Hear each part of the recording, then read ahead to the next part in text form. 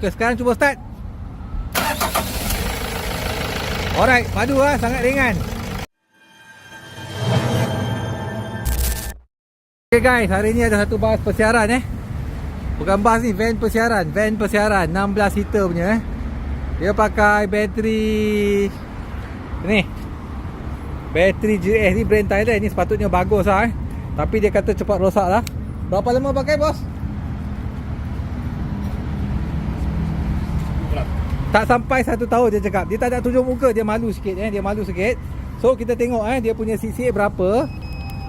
Ni bateri ni mahal ni kita tengok berapa CCA dia.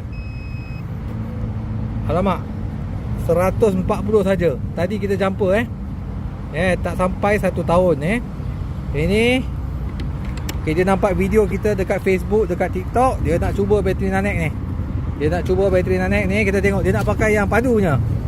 Dia nak pakai 60Ah 60Ah mana 50Ah pun boleh. Sebab dalam dia ni banyak gadget. Ada TV, ada sound system, ada speaker macam-macam lah ada. Kita tengok bateri Nanek ni. Okay, power dia, CCA dia 1199 nak. Nampak? Kalau kamu bandingkan ni bateri ni, ni besar, berat dia 20 kilo tak silap saya 20. Aduh, macam nak terberak. Okey, ini kita tengok ringan ke tak ringan saya ambil pakai satu jari tengok satu jari. Okey. Owner datang dari jauh ni. Kita tengok dia punya kereta dia. Dia pakai diesel 2.5 tapi banyak lah, ada TV lah apa semua. Banyak barang ada lah. Sebab tu dia punya bateri tak tahan. So kejap lagi kita akan pasang, dah buat video dia start. Alright.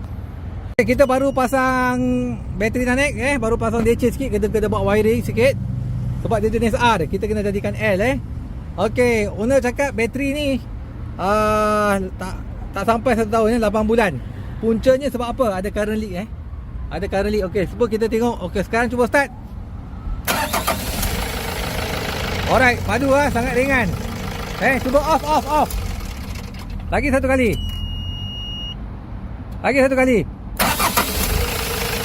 Okey.